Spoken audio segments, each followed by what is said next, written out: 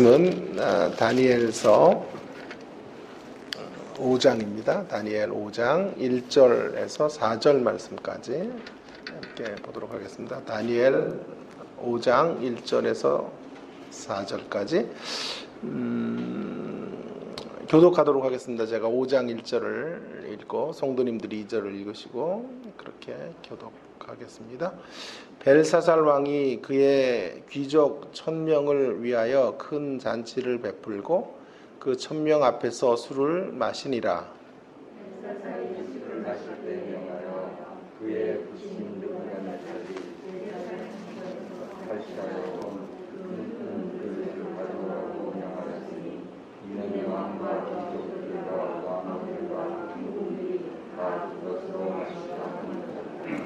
이에 예루살렘 하나님의 전 성소 중에서 탈취하여 온 금그릇을 가져오매 왕이 그 귀족들과 왕후들과 후궁들과 더불어 그것으로 마시더라. 그들이 술을 마시고는 그 금, 은, 구리, 쇠, 나무, 돌로 만든 신들을 찬양하니라. 아멘. 오늘 함께 생각할 말씀의 제목은 욕망 어떻게 할 것인가 라고 하는 것인데요. 우리가 이런 질문을 받으면 소위 말해서 신실한 기독교인들이 내놓을 수 있는 답은 주로 한 방향으로 몰아질 것이라고 생각이 듭니다. 이런 거죠. 욕망은 좋지 않으니 버려야 합니다 라고 하는 것이 기본적인 논조의 답이 될 것입니다. 저는 기독교 신앙의 가벼움은 말씀에 대한 피상성에 있다, 늘 그렇게 생각하는 사람인데요. 특히 강단의 피상성이 심각합니다. 욕망 이런 주제는 그냥 죄라고 단정하고 그것을 피해야 된다는 전제 아래서 강단에서는 욕망이 얼마나 나쁜지, 욕망을 그저 피해야 된다는 선포로 이렇게 일관하는 메시지들을 보게 됩니다. 성도들의 의지들을 밀어붙여서 결단하게 하려는 것인데요.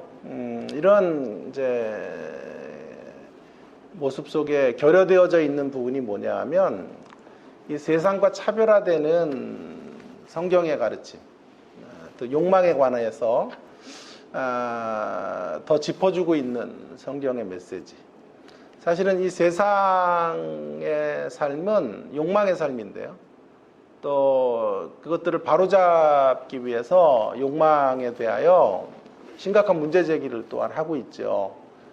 성경은 과연 그런 일반적인 욕망에 대한 처방, 세상이 내놓는 처방과 어떻게 다른가 이런 것들을 규명해 주어야 할 텐데 그런 규명이 없이 욕망이 무조건 나쁜 것이니 욕망을 버리자 이런 식으로 우리가 이제 수없이 설교를 들었을 것이라고 생각이 듭니다. 그렇기 때문에 성경이 말하는 어떤 삶의 실천의 자리로 나아가지 못하고요. 설사 욕망을 죽이는 삶으로 실천된다고 해도 그것이 성경이 가르치고 있는 성경의 정신에 맞는 교훈이 아닐 때가 허다한 것이죠.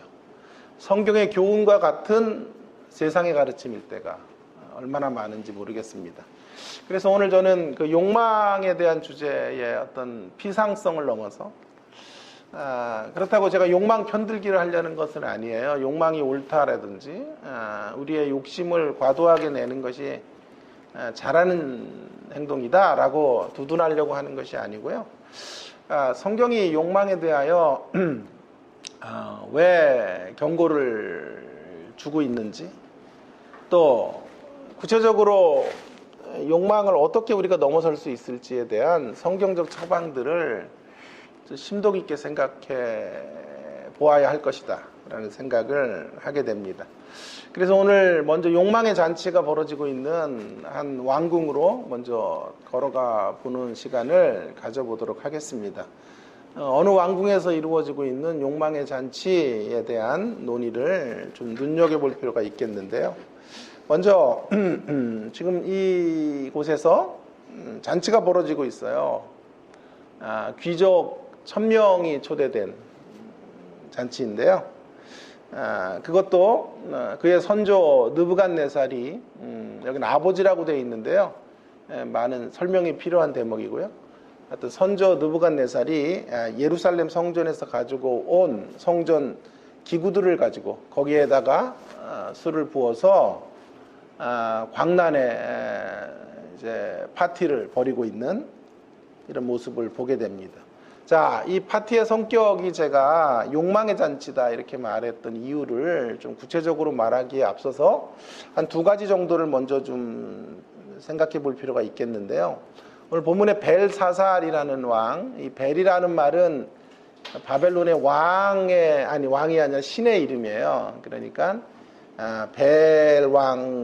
벨신이 왕을 지키는 어떤 그런 의미를 갖고 있는 벨신이 왕을 지키시기를 이라는 뜻의 왕의 이름을 갖고 있어요. 벨사살이라는 왕이 느부갓네살의 아들이 아니에요. 여기 2절에는 아버지 느부갓네살 이렇게 이야기를 했죠. 근데 정확히 말하면 느부갓네살 다음에 왕위를 계승한 왕이 벨사살이 역사적으로 아니고요. 지금 특별히 이 왕 때, 벨사살 때 나라가 넘어가요. 그래서 바벨론의 마지막 왕이 그럼 역사적으로 벨사살인가라고 추적해 보면 그렇지 않고요. 정확한 이름은 나보니두스라는 왕인데요. 무슨 일인지 그는 이제 왕이 되고 바벨론에서 조금 떨어져 있는 테마라는 곳에 거주하게 되었다고 해요. 아마 종교적인 이유가 있었을 것 같은데 대신에 나보니두스는 그의 아들에게 바벨론 제국을 맡기게 됩니다.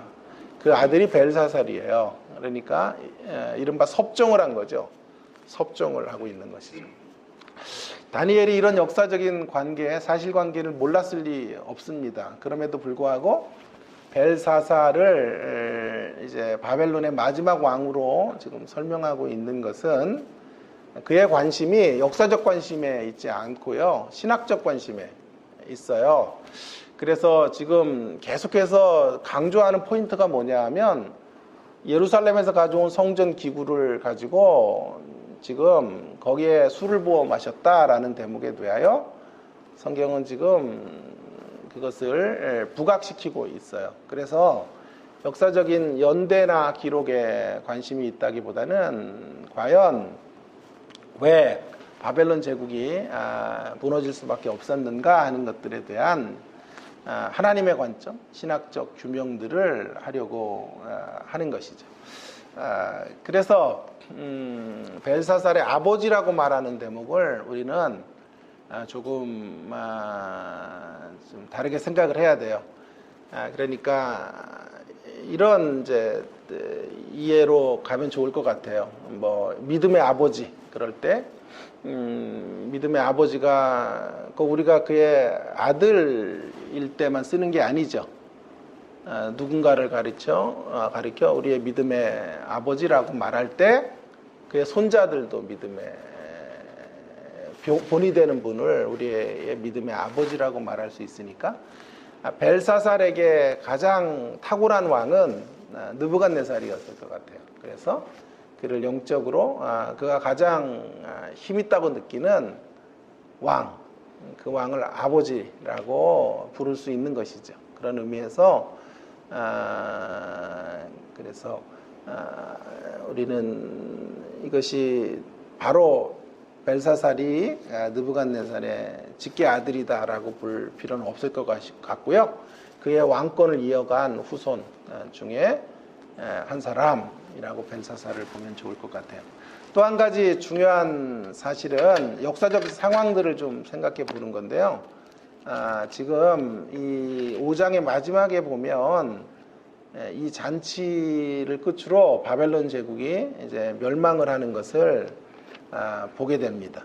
그러니까 바벨론 제국이 기울어져가는 그 마지막 순간에 지금 잔치를 벌이고 있는 모습을 성경이 지금 이야기하고 있는 것이죠. 그러니까 바벨론 제국 다음에 들어온 제국은 어떤 제국이냐 하면 메데, 바사, 페르시아 제국의 공격을 받았을 때라고 말할 수 있는데요. 자, 우리가 좀 생각을 해야 될 것은 과연 이 잔치를 벌일 때 대적들이 쳐들어와 있다는 것을 알았을까 몰랐을까 하는 것에 대하여 좀 고민해 볼 필요가 있겠습니다. 만일 코앞에 지금 메데 혹은 페르시아 군대들이 와 있다는 것을 알았음에도 불구하고 잔치를 벌였다면 아마 이 잔치는 제의적인 의미의 잔치였을 거예요. 벨 신의 가호를 이제 끌어내기 위한 귀인들과 귀족들, 리더십 핵심에 있는 분들을 다 모아서 신 앞에 제사를 드리는 차원의 잔치였을 것이다. 이렇게 말할 수 있을 거예요. 그런데 그러기에는 조금 분위기가 오늘 본문을 좀 보시면 좀 석연치 않은 대목은 뭐냐 하면 이들이 술에 취해 있는 거죠. 신을 향한 가호를 기다리고 신의 도움을 간구하는 어떤 제의적인 차원의 잔치였다면 이렇게 흥청망청 술에 취할 수는 없을 것 같거든요. 그러니까 이러한 견해는 조금 문제가 있을 것 같고요. 자, 또 한 가지 이제 생각해야 될 것은 또 자포자기한 것이다. 그래서 어차피 나라가 기울었는데 마지막 죽음 전에 잔치를 하자, 그런 생각도 가능한 주장이긴 하나 조금 있다가 이제 손이 나타나서 글씨를 이렇게 쓰게 되거든요. 근데 정말 심장이 멎을 것처럼 왕이 놀라는 것을 보면 어차피 죽을 것이라고 생각했다면 그런 부분에 놀랄 필요가 없었을 텐데 충격을 받았던 것을 본다면 역시 이것도 가능하기는 하나 완전한 답이 될 수는 없을 것 같아요. 제가 생각하는 답은 뭐냐 하면 벨사살이 지금 대적들이 쳐들어왔다는 것을 알았는데 어느 정도 알았을지에 대한 문제를 좀 고민해 볼 필요가 있을 것 같아요. 그 당시가 커뮤니케이션이 원활했던 시기가 아니었기 때문에 이제 어느 정도 이렇게 갑자기 나라가 멸망할 정도로 대군들이 자신들을 밀고 들어오리라고는 아마 생각할 수 없었을 것이고요. 설사 대치 상태에 있다는 것을 알았다고 해도 이렇게 밤의 기습으로 공격해 오리라고는 상상하지 못했을 것이다. 이런 생각을 하게 됩니다. 그래서 어느 정도의 대적들의 동태나 또 움직임은 알았겠으나 그러나 그 밤에 나라가 망하리라 이렇게 생각하지는 않았을 것이라고 보는 것이 좋을 것 같은데요. 자, 그렇다고 하면 만약에 이 세 번째 저의 견해가 옳다고 하면 이 잔치는 대적들이 지금 코앞에 와 있는 것을 감지함에도 불구하고 바벨론은 망하지 않아 라는 교만에 근거한 욕망의 잔치가 벌어지고 있는 것이다. 이렇게 말할 수 있겠습니다. 바벨론의 신이 우리를 지키는 한 바벨론의 신화는 영원할 것이다 라고 생각을 한 것이죠. 그래서 그는 그의 할아버지, 정확히 말하면 그의 할아버지죠. 그의 할아버지보다 힘이 세다는 것을 과시하는 거예요. 그래서 할아버지는 상대 신전에서 기구를 갖고 와서 그걸 활용하지 못했으나 나는 거기다 술을 부어서 마실 수 있을 만큼 힘 있는 자인 것을 그의 신하들과 그의 백성들에게 알리는 잔치를 하고 있는 거죠. 그의 교만의 근거 위에서 세워진 욕망의 잔치가 벌어지고 있는 것이죠. 자, 이 잔치를 통해서 우리는 제국 통치자의 내면 세계를 보게 되는 것이죠. 그의 내면이 아직 채워지지 않는 욕망으로 휘청대고 있는 것을 우리는 발견할 수 있습니다. 향락에 빠져 있고 자기를 과시하는 그리고 그것도 상대의 어떤 성전 기구들을 가지고 거기에 술을 부어 마심으로 하나님 편에서 보면 굉장히 불경스러운 죄를 노골적으로 범하면서 그렇게 자신의 힘과 능력과 권위를 과시하는, 그렇게 무언가를 과시함으로 자기를 드러내야 하는 이와 같은 모습의 쓸쓸한 내면의 모습들을 우리는 보게 되는 거죠. 할아버지보다 더 힘 있는 왕으로 자기를 증명해야 하는 모습들을 보게 됩니다.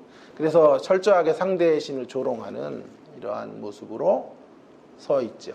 그것이 바로 그가 가지고 있는 욕망의 모습이다 라고 말할 수 있겠습니다. 누누이 말하지만 이 잔치로 망하지요, 벨사살이. 그러나 이 모습은 인생의 결과적인 모습이에요.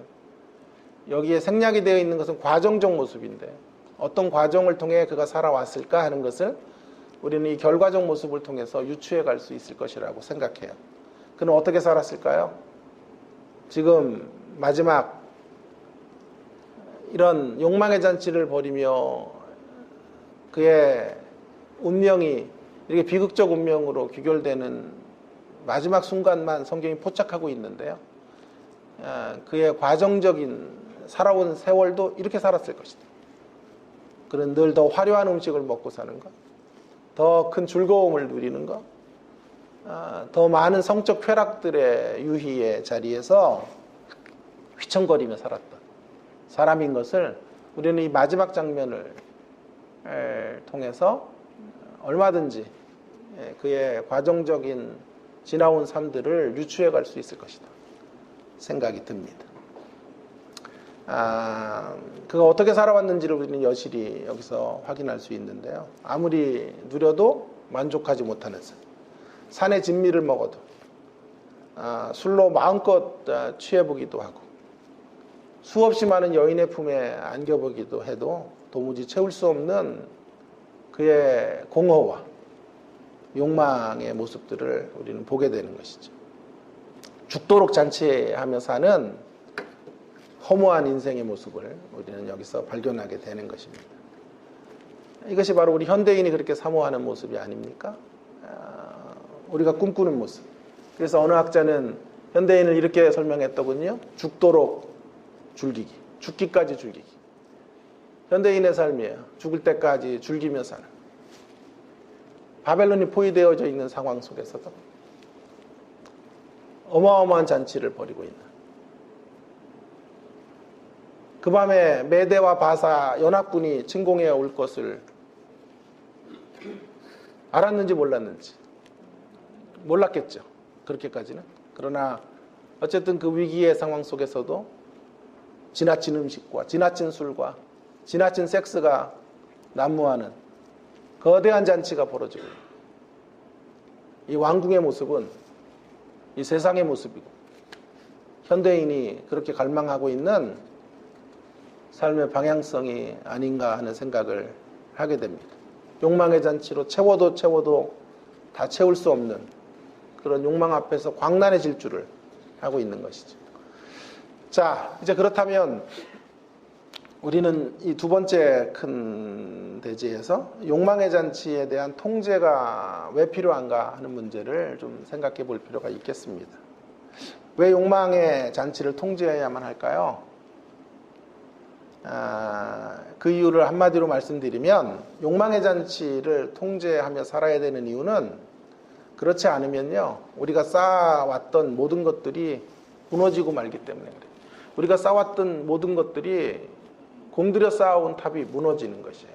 욕망을 제대로 관리하지 못하면 그렇게 됩니다.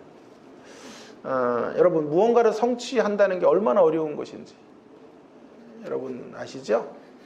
사람들이 부러워하는 대학에 들어가는 것, 그래서 이력 한 줄에 어느 대학을 졸업했다라는 그 한 줄의 표기를 하기까지, 여러분 그 뒤안길에는 어마어마한 땀이 있는 거예요. 남다른 노력이, 헌신이 있어서 온 가족들이 함께 고민하고, 요즘은 유치원 때부터 대학을 입시를 준비해요.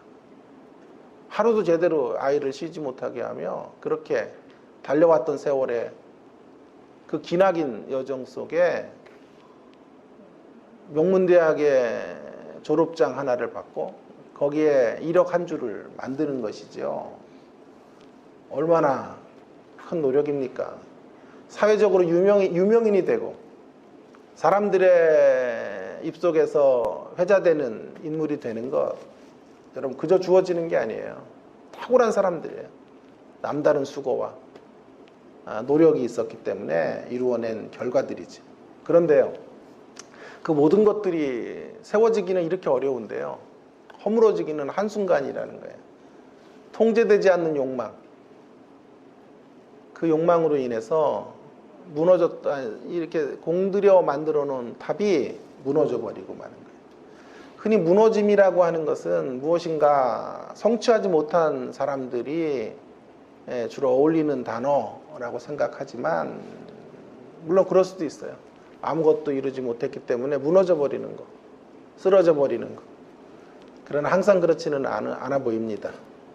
반대로 무엇인가를 이루어낸 자리에서 무너지는 경우가 비일비재하다는 사실입니다. 남다른 성공과 지위를 가지고 있지만 무너집니다.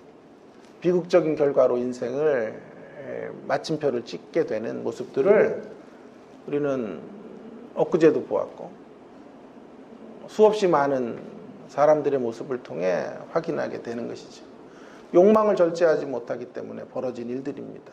절제가 이렇게 중요한 거예요. 절제가. 이러한 이유로 성령의 9가지 열매 중에요, 마지막에 제시하는 게 절제예요. 절제. 왜 마지막에 위치하고 있는지 아세요? 9가지 중에 9가지 성령의 열매 중에 서열로 9번째가 되었기 때문에 절제가 마지막에 들어오는 게 아니에요.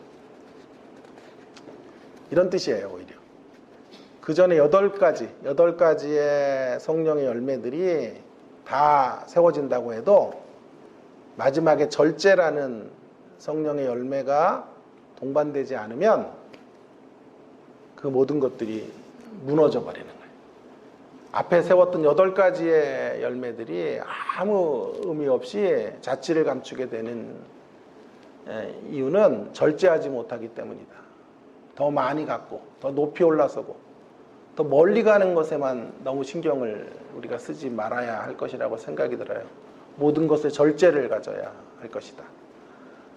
여러분, 과도한 부를 향한 욕망으로부터 절제가 있어야 합니다. 정직한 부자가 되는 것을 넘어서 말 그대로 과도한 부를 축적하려고 하면 거기에 무리수가 생기는 거예요. 지난주 아침에 우리 식사를 하는데 장로님 한 분이 말씀하셨죠. 주식을 투자해야 되는데 투기를 한다. 그래서 제가 꼭 써먹어야 되겠다. 그래서 오늘 또 써먹는데요. 이런 정직한 부를 갖는 것이 아닌 지나친 과도한 부를 향해서 달려가면요, 언제나 무리수를 두게 되는 거죠. 과도한 쾌락을 추구하면 벨사살 왕처럼 늘 욕망의 잔치를 죽을 때까지 벌일 수밖에 없는 거죠. 과도한 힘을 가지려고 하면 경쟁자를 사정없이 흠집내기를 계속해 가야만 하는 것입니다.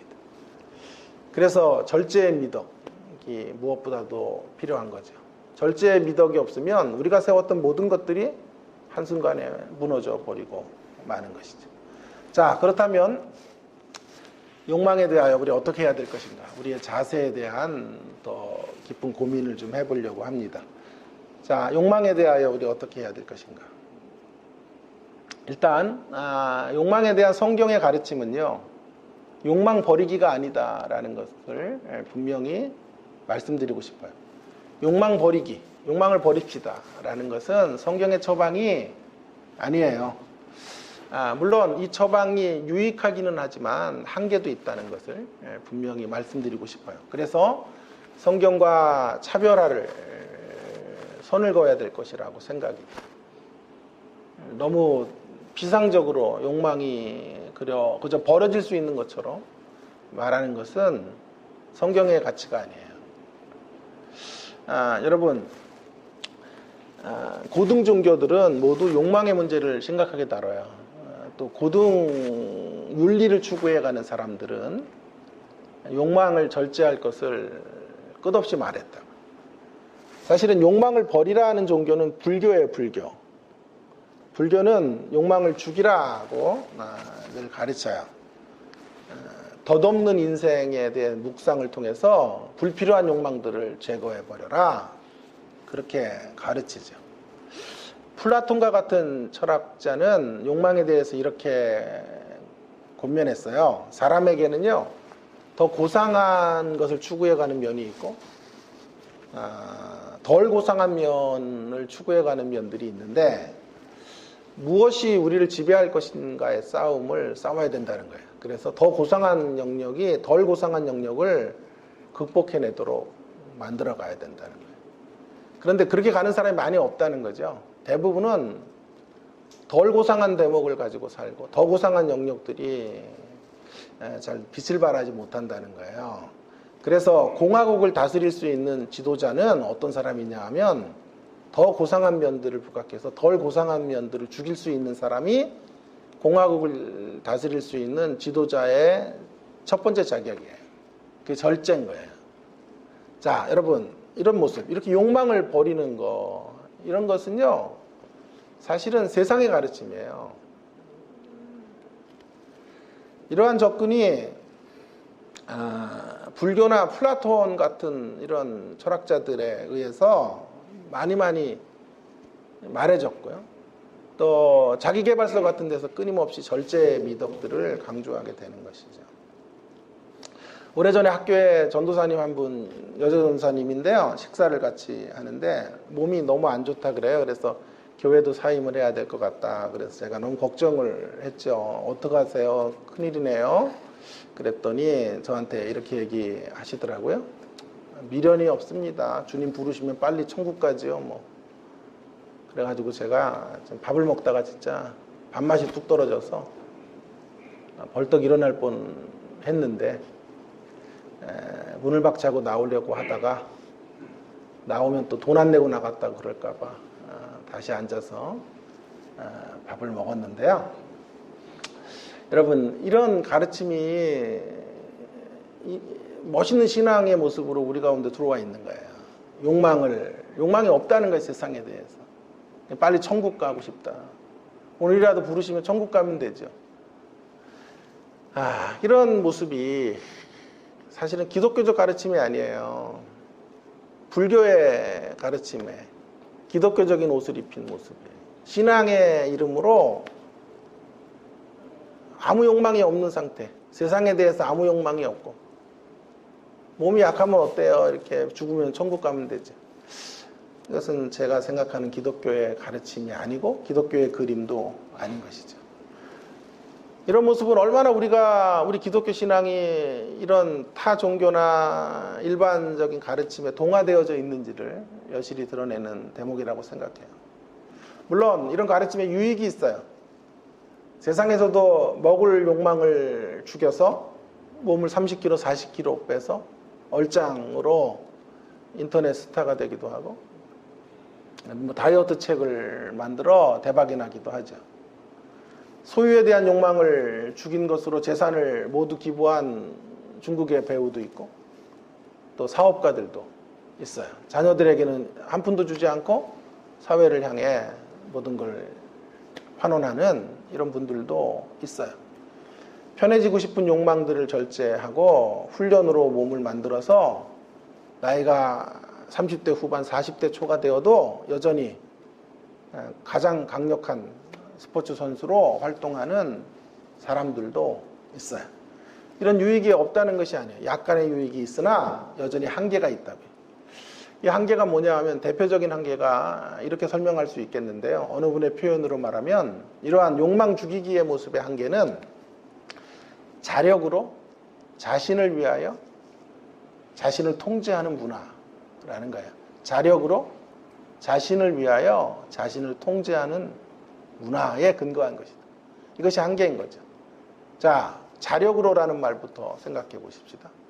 자신을 통제하는 게 자기라고요. 자신의 결심. 네가 결심해서 널 통제할 수 있다는 거예요. 살 뺄 수 있다는 거예요. 돈 욕심 내려놓을 수 있다는 거예요. 자기의 힘, 결단하는 자기. 거기에 모든 이 절제의 미덕이 만들어지는 힘이, 동력이 거기 있다고 생각하는 거예요. 이건 성경의 가르침과는 배치됩니다. 자신의 힘으로 욕망을 통제할 수 있을까요? 사실은 거의 불가능해요. 그렇게 드러난 사람들이 뭐 한 1000만 명에 하나, 100만 명에 한 사람인 거죠. 그리고 그들이 또 시간이 지나면 어느 순간에 다시 이전보다 20kg가 더 찌는 자리로 나갈지도 몰라요. 지속적으로 그 욕망을 죽인다는 것이 우리의 자력으로, 자신의 힘으로 거의 불가능한 상태이다 라고 말할 수 있어요. 또 한 가지는 자신을 위하여 욕망을 죽인다. 무슨 말입니까? 욕망을 절제하는 것이 자아를 위한 거예요. 자아를 또한 살찌우는 길이에요. 그러니까 욕망은 자신을 버리는 거가 돼야 되는데, 사실 이 욕망을 죽이는 것이 또 자아를 살찌우는 또 다른 방편이 되는 것이죠. 더 오래 아름다운 칭송을 얻기 위해서, 더 오래 권좌에 앉기 위해서, 더 오래 선수 생활을 해서 높은 연금을, 연봉을 받기 위해서 절제하는 거죠. 모두 자기를 위한 거예요. 그래서 이런 대목에 한계가 있는 것이죠. 자, 그럼 성경의 처방. 시간이 이제 다 가서 성경의 처방을 말씀드리려고 그래요. 성경은 욕망에 대해서 어떻게 말하고 있나요? 불교의 가르침과 성경이 같은가요? 아니요, 같지 않아요. 일면 같은 면들이 있으나 뚜렷한 차이점도 있다는 것을 꼭 명심해 주시기를 바랍니다. 성경의 처방을 한마디로 제가 말해 보겠습니다. 성경의 처방은 욕망을 버리라가 아니라 욕망을 변화시키는 사람이 되어라. 욕망을 변화시키라가 성경의 가르침이에요. 기독교는 욕망 자체를 거절하지 않습니다. 욕망 자체를 없애는 것이 미덕이 아니에요. 욕망을 포기하라 이렇게 말하지 않습니다. 오히려 기독교의 가르침은 욕망을 변화시키고 욕망을 승화시켜라. 저급한 단계의 욕망에서 고급한 단계의 욕망으로 나아가라. 세상을 향한 욕망에서 하나님을 향한 욕망을 위하여 달려가는 사람이 되어라. 그래서 성경에는 술 취하지 말고 성령의 충만을 받으라. 다 충만이에요. 충만의 방향이 다를 뿐이에요. 우리는 충만하지 않고는 못 살아요. 술에 취해서 충만하든지, 그렇지 않으면 성령에 취해서 충만하든지, 둘 중에 하나밖에 없어요, 인생이. 충만을 거절하는 게 아니고요. 어떤 방향의 충만을 향해서 갈 것인가. 김동호 목사의 어록 중에 하나죠. 돈 벌어서 남 주냐가 아니라 돈 벌어서 남 주자. 누구나 할 수 있는 말인데 떴어요. 그게. 저 같으면 그런 거 수두룩한데, 그죠? 안 떠요, 저는 이렇게. 그러니까 뜨려고 하는 것도 욕망이니까요. 자, 괜찮아요. 그런데 돈 벌어서 남 주냐가 아니라 돈 벌어서 남 주자. 그 어록 하나로, 사실 그분이 한 것도 아니에요. 누군가가 이전에 했던 이야기인데, 일약 스타덤에 올랐고, 한국의 가장 영향력 있는 이런 설교자, 목회자로 지금까지 인정을 받게 되는데요. 자, 무슨 말입니까? 욕망의 방향을 바꿔. 돈 버는 일 포기하자는 게 아니라, 돈 벌어서 남 주냐가 아니라 돈 벌어서 남 주는 각오로 돈을 벌면 되지 않겠냐. 그래서 욕망의 방향을 바꿔주는 일. 자, 그러기 위해서 중요한 게 성령의 능력으로 해요. 자력으로가 아니라. 욕망을 극복하는 절제는 자력으로 만들어내는 생산품이 결코 아니에요. 어떻게 만들어지나요? 성령의 열매라 그랬잖아요. 성령의 열매. 성령의 열매가 9가지인데 마지막이 8가지가 다 있어도 마지막 한 가지가 없으면 무너지는 게 절제라고요. 절제. 성령의 열매라는 말은 우리의 노력이 없어도 된다는 뜻이 아니고요. 성령의 주도권 속에서 우리가 주도적이 되어야 한다. 성령의 주권 속에서 우리가 힘있게 반응해야 된다는 뜻이에요. 자, 그러면 성령의 주도권 아래에서 순복하기 위해서는 어떻게 해야 될까요? 자기를 부인하고 그분의 이끌어 가심을 인정해야 돼요. 성경은 소멸하는 영이라고 말해요. 소멸하는 영. 왜 그럴까요? 물체처럼 성령이 막 작아졌다 커졌다 그런 뜻이 아니에요. 소멸하는 영이라는 말은 옛날 부흥사들은 그래서 막 창문 닫으라고 막 그랬죠. 성령 나가신다고.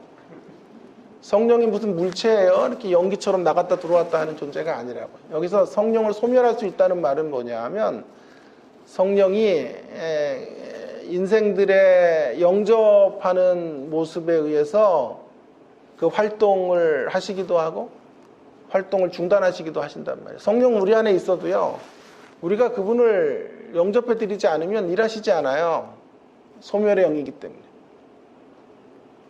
성령을 어떻게 영접하느냐가 성령의 사람이 되는 관건이 된다라고 말할 수 있어요. 영접에도 급수가 있죠. 거지로 영접하는 것도 영접이에요. 중간 정도의 손님으로 영접하는 것도 영접이에요. 그 정도 갖고는 성령께서 활발하게 일하시지 않아요.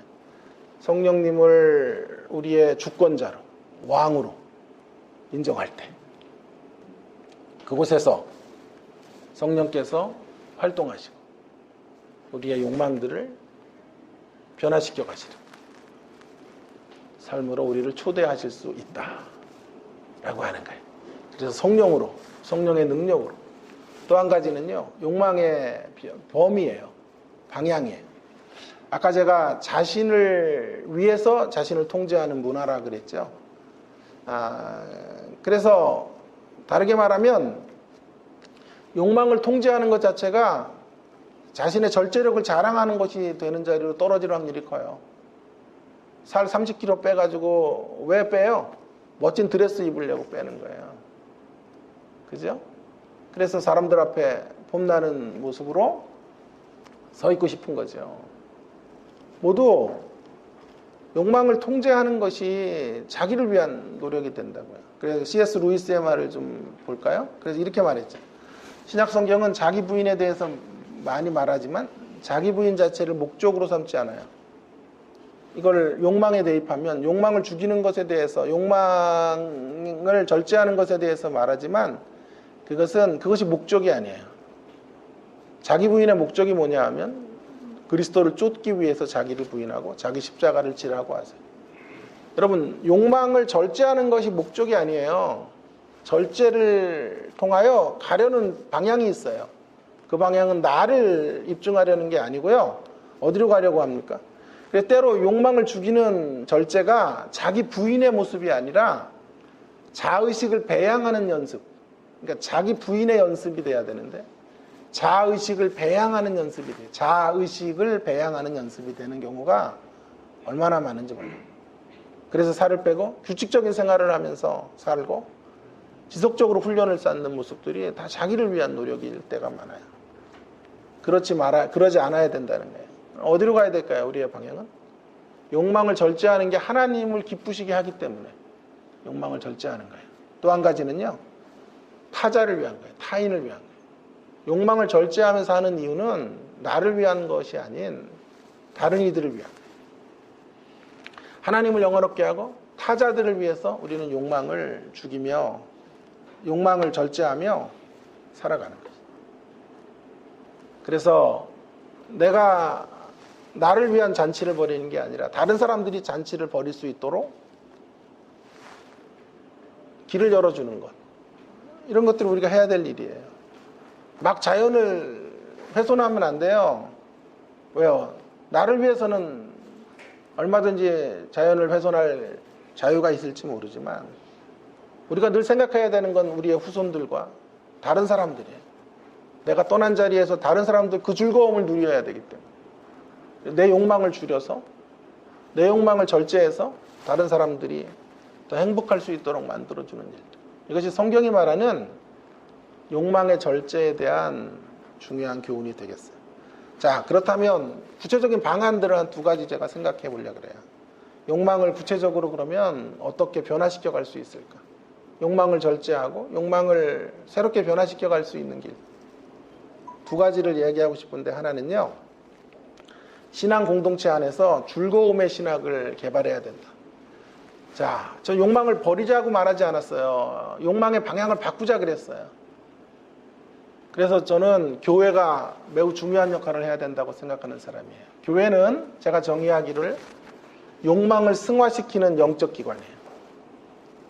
교회가 욕망을 승화시키는 영적 기관으로 존재하는 거예요. 욕망을 극복하지 못하는 이유는 두 가지인데요. 욕망을 대수롭지 않게 여기는 인식 부족. 꼭 욕망을 죽여야 돼? 왜? 내가 이렇게 사는 게 내 자유지. 이렇게 말하는 사람들. 불신자들이 주로 많죠. 또 하나 욕망을 못 이기는 이유는 뭐냐면 욕망을 자꾸 죽이려고 하기 때문에 욕망을 못 이겨요. 욕망을 눌러보세요. 잠깐 눌러지는 것 같지만 옆으로 삐져나온다. 그래서 욕망을 한번 절제하는데 더 큰 욕망이 다가온다. 그래서 넘어지는 거예요. 욕망을 승화시켜야 돼요. 어떻게 해요? 더 신나는 욕망으로 우리가 몰입해야 돼요. 그렇지 않으면 욕망을 누르다가 일탈로 간다고요. 어느 유명인의 죽음도 그와 같은 모습이었을 거라고 생각해요. 욕망을 이 모양 저 모양으로 누르다가 또 다른 일탈로 나아가니까요. 자기도 어쩔 수 없는 아웃 오브 컨트롤의 상황이 되는 것이죠. 즐거움이 없었던 거예요. 진정한 즐거움이 있어야 되는데 욕망을 절제하고 누르는 것 갖고는 욕망을 이길 수가 없어요. 인간은 그런 존재들이 아니란 말이에요. 그래서 신앙 공동체가 중요해요. 신앙 공동체 안에서 신나는 즐거움 경험해야 됩니다. 예배의 즐거움을 경험하는 우리가 될 수 있기를 바랍니다. 교제의 즐거움을 경험해야 돼요. 섬기는 것이 얼마나 행복한 일인지를 경험하셔야 돼요. 나눔의 즐거움, 또 말씀이 깨달아지는 것의 즐거움들을 누리셔야 돼요. 서로를 향해 봉사하는 즐거움들을 가져야 돼요. 그래서 그 즐거움이 세상에서 친구들과 광란의 파티를 벌이는 것보다 즐거워야 돼요. 클럽에서 밤을 새워 춤추는 것보다 더 즐거워야 되고, 이런 말은 현실성이 있는지 모르겠으나 여러분이 돈을 버는 즐거움보다 사실은 더 즐거운 즐거움이 신앙의 공동체 안에서 누리는 예배 공동체로서의 기쁨과 행복이 있어야 합니다. 그래야만 그 즐거움 때문에 세상의 욕망을 승화시키고 한 생애 동안 일탈의 자리에 떨어지는 비극의 삶을 살지 않고 승리의 걸음을 걸어가게 되는 것이죠. 또 한 가지는요, 자기 성취 그 이상의 가치를 찾아서 살아야 돼요. 인간의 삶의 목적이 자기 성취면 그 목적이 이루어진 후에 권태가 찾아와요. 권태 앞에서 인간은 술과 쾌락과 여흥을 위한 탐닉의 삶을 살다가 끝나게 되는 거예요. 자기 성취 그 이상이 필요한데 그게 뭐냐 하면 소명이에요. 소명. 제가 들은 소명에 대한 제일 좋은 정의는 이거예요. 내 안에 있는 기쁨이 세상의 허기와 만나는 것. 그게 소명이에요. 내 안에 있는 기쁨이 있어야 되고 내 안에 있는 즐거운, 내가 가장 즐거워할 수 있는 그 일이 세상의 허기, 세상의 배고픈 영역과 만나는 게 소명이에요.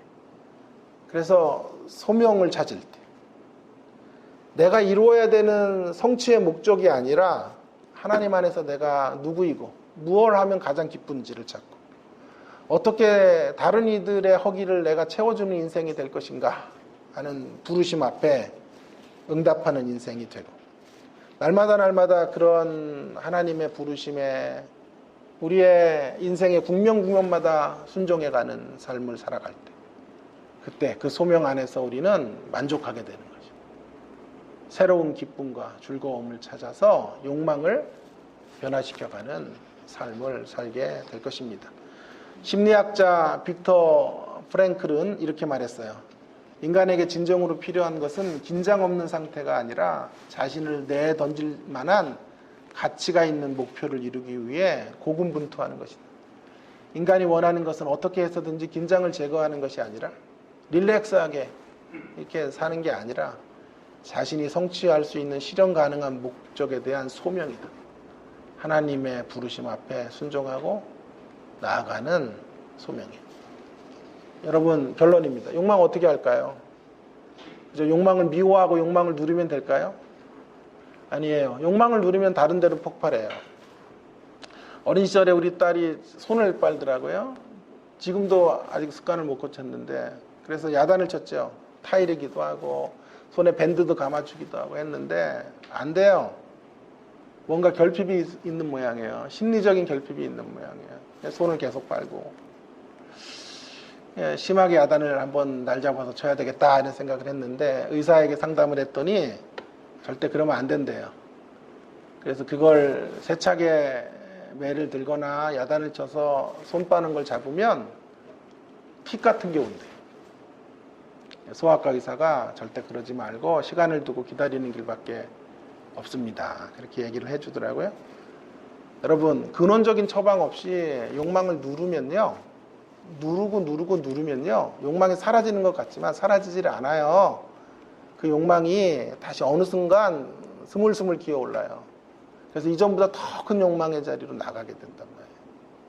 그래서 손가락 빠는 거 잡으면 틱으로 오듯이 하나를 계속해서 누르면 또 다른 것으로 튀겨져 나가게 될 수밖에 없어요. 욕망의 문제가 바로 그래요. 욕망은 죽일 수 없어요. 그런데 세상은 자꾸 욕망을 죽일 수 있는 것처럼 말해요. 성경은 욕망을 변화시키라. 욕망을 버리라고 말하지 않아요. 욕망을 승화시키라. 여러분, 교회를 통하여 신앙 공동체 안에서 여러분 욕망을 아름답게 변화시키는 현장 속에, 영적 기관 속에서 우리의 욕망을 승화시켜가는 저와 여러분이 될 수 있기를 간절히 바랍니다. 우리가 해야 될 소명을 찾고 하나님을 기쁘시게 하는 일, 세상을 이롭게 하는 일들을 향해서 달려가는 그 가운데서 참 만족을 누리는 저와 여러분 되기를 주의 이름으로 축원합니다. 기도하겠습니다. 함께 오늘 주신 말씀 붙잡고 욕망을 어떻게 해야 될까요? 욕망은 누를 수 없어요. 욕망은 그렇게 버릴 수가 없어요. 욕망을 우리가 갖고 태어났는데 그걸 어떻게 버려요? 명상을 한다고 버려져요? 아니요. 욕망을 처리하는 성경적 처방은 욕망을 바꾸는 거예요. 욕망을 변화시키는 거예요. 욕망을 승화시키는 거예요. 더 가치 있는 욕망을 가지고 사는 거예요.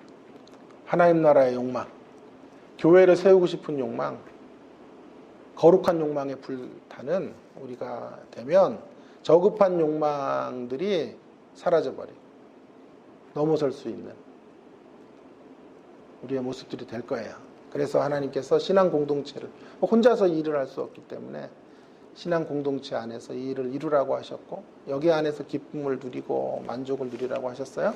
자, 욕망을 주님 안에서, 성령 안에서 아름답게 승화시키는 저의 모습이 될 수 있도록 도와달라고 동성으로 함께 같이 기도하겠습니다. 기도하십시다. 하나님 아버지, 은혜를 감사합니다. 오늘도 저희들에게 귀한 말씀을 주셔서 욕망에 대한 이 문제들을 하나님 말씀 속에서 확인할 수 있도록 인도해 주심을 감사합니다. 주님, 욕망을 하나님 아버지 우리가 버릴 수 없습니다. 욕망을 죽일 수 없습니다. 하나님 아버지, 욕망을 절제하며 하나님 세속적 욕망들을 절제하며 하나님 더 큰 욕망의 자리, 하나님 나라를 향한 거룩한 욕망, 주의 몸된 교회를 향한 거룩한 욕망으로 하나님 우리가 욕망을 변화시키고 승화시켜가는 저희들이 될 수 있기를 간절히 원합니다. 하나님 아버지, 금욕주의를 가지고는 하나님 아버지 이 땅을 살 수 없습니다. 금욕적이어야 하지만 금욕주의의 길을 걸어갈 수는 없습니다. 그것이 하나님 우리가 욕망을 이기는 방법이 아니기에 하나님 아버지 주님의 은혜를 구합니다. 주님의 은총을 향하여 달려가기 원합니다. 성령 안에서 성령의 능력으로만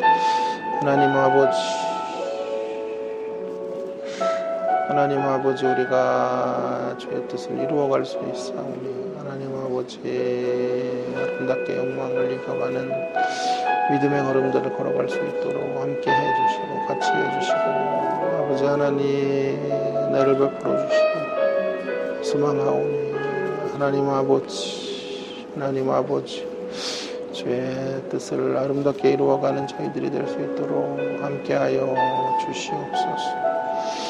아버지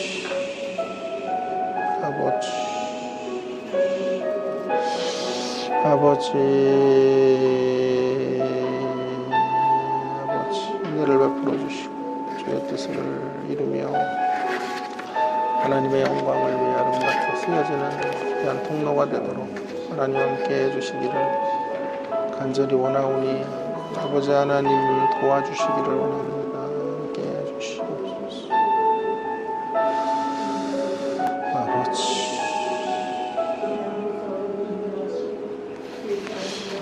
우리 계속해서 기도하겠습니다. 우리 교회를 위해서 우리 함께 기도하기 원합니다. 교회에 대한 정의를 여러 가지로 우리가 할 수 있겠습니다만은 오늘 제가 내려드린 정의는 이것입니다. 교회란 어떤 것입니까?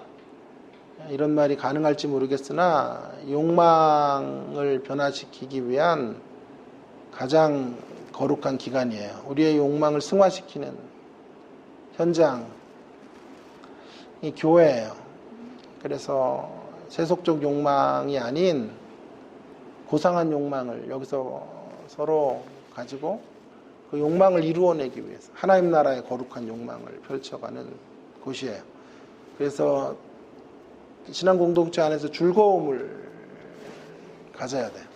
예배의 즐거움, 교제의 즐거움, 그리고 함께 봉사하고 섬기는 즐거움들, 이런 즐거움들로 충만해질 때, 그때 저급한 욕망들을 넘어설 수 있는 우리의 모습들이 될 거예요. 그래서 하나님 우리 교회가 그렇게 신나는 공동체, 서로 만나는 것이 즐겁고 예배함이 즐겁고 함께 그렇게 기쁨 속에서 지어져가는 그런 신앙 공동체로 아름답게 세워져 가도록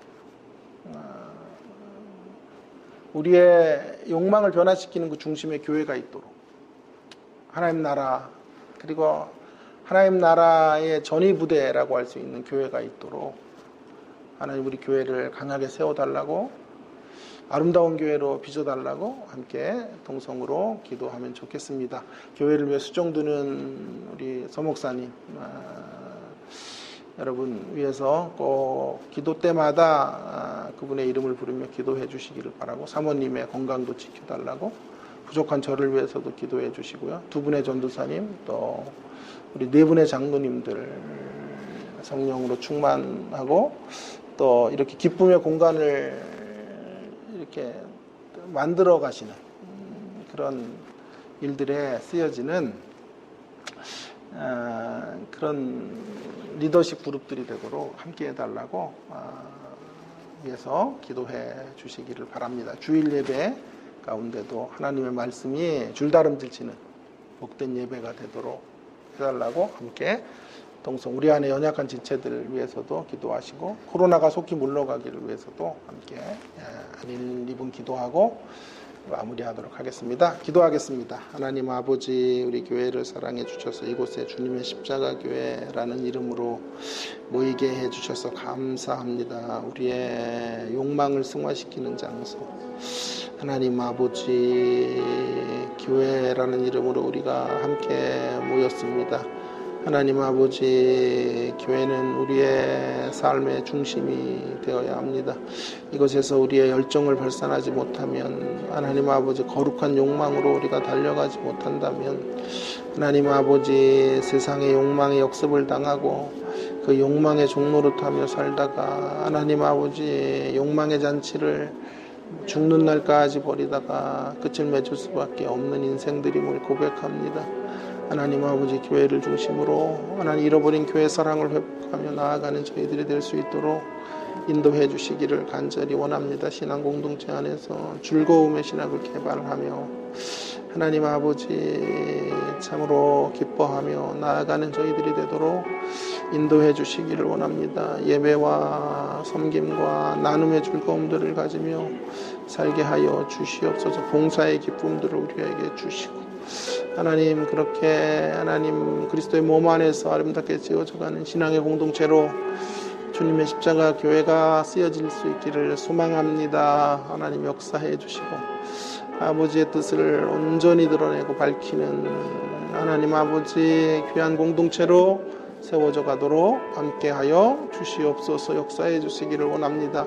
하나님 아버지, 이 일에 수종 들고 하나님 아버지, 교회를 이 기쁨의 공간, 즐거움의 공간들이 되도록 하나님, 이를 위하여 하나님 판을 깔아야 하는 리더십의 그룹들 하나님 아버지, 하나님 불쌍히 여기시고 우리가 하나님 먼저 즐거워하게 하시고 기뻐하게 하시고 하나님의 뜻을 온전히 받드는 하는 저희들이 될 수 있도록 함께하여 주옵소서. 우리 서 목사님의 사역 붙잡아 주시고 부족한 종의 모습들도 하나님 다듬어 주시고 하나님 아버지, 하나님의 뜻 앞에 복종하는 인생의 걸음들을 걸어갈 수 있도록 도와주옵소서. 네 분의 장로님들, 또 두 분의 전도사님들, 또 우리 안수 집사님, 또 교회를 위해 수종드는 군사님들 일일이 기억하시고 하나님 아버지, 이분들의 헌신과 수고와 삶을 통하여 하나님의 뜻과 하나님의 영광과 하나님의 거룩이 아름답게 펼쳐져 가도록 인도하여 주옵소서. 역사해 주시기를 원합니다. 함께 해주시기를 원하오니 주님 도와주시옵소서. 역사하여 주시옵소서. 아버지, 함께 해주시기를 소망합니다. 하나님 아버지, 오늘도 저희들에게 욕망 어떻게 할 것인가 라는 말씀으로 도전해 주시고 주의 뜻을 분명하게 선포해 주심을 감사드립니다. 하나님, 우리는 욕망을 버릴 수가 없습니다. 욕망을 죽일 수 없는 인생들입니다. 하나님 아버지, 성령 안에서 욕망을 날마다 변화시켜가는 저희들이 되도록 은혜를 베풀어 주시기를 원합니다. 하나님 아버지, 그래서 절제의 미덕을 가지고 저급한 욕망들을 절제하고 고급한 욕망들을 극대화시키며 그렇게 욕망을 넘어서는 하나님 믿음의 사람들로 한 생애를 살아가도록 은혜를 베풀어 주시옵소서.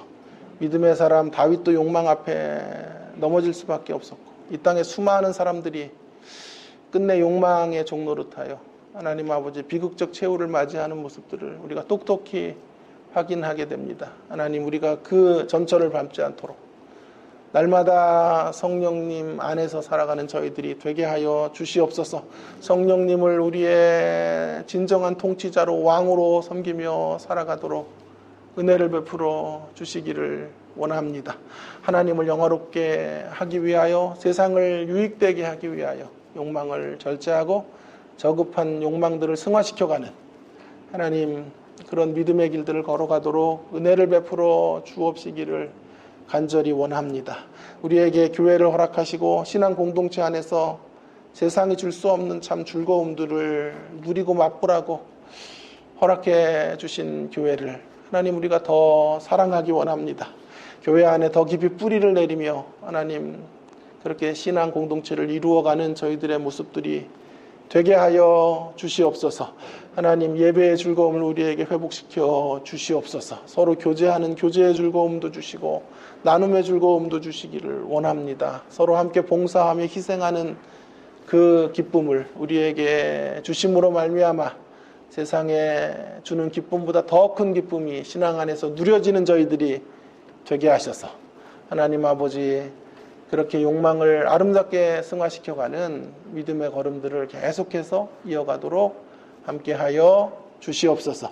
우리에게 거룩한 부르심 앞에 늘 순종하며 그 부르심을 찾아가는 그러한 삶의 모습도 허락해 주셔서 내 안에 있는 기쁨이 세상의 허기와 만나는 일들을 향하여 달려나아가는 정열의 사람, 열정의 사람들로 하나님, 우리가 서갈 수 있도록 은혜 베풀어 주시옵소서. 오늘도 하나님 앞에 저희들이 개인적으로 기도하기 원합니다. 우리의 기도 속에 함께 하시고 응답해 주시며 하나님의 살아계심을 기도 응답을 통해 날마다 경험하며 살아가는 저희들의 모습들이 되도록 인도하여 주시옵소서. 함께 해 주시기를 원합니다. 예수님 이름으로 기도합니다. 아멘.